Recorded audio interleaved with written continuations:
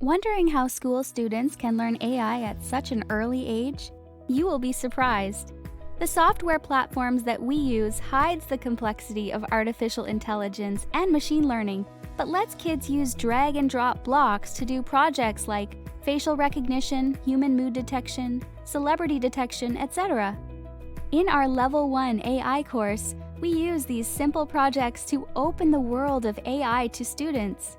Level 1 continues to the Level 2, where the focus shifts to teaching Python, a leading text-based coding language.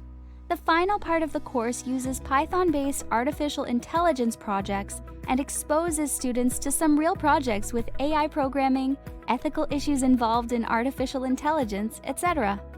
Overall, the course gives students a good AI primer and leads them to a path of self-learning AI.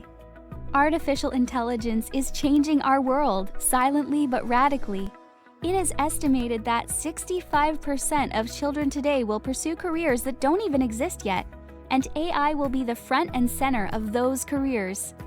Give them a head start. Register at cloverdalerobotics.ca.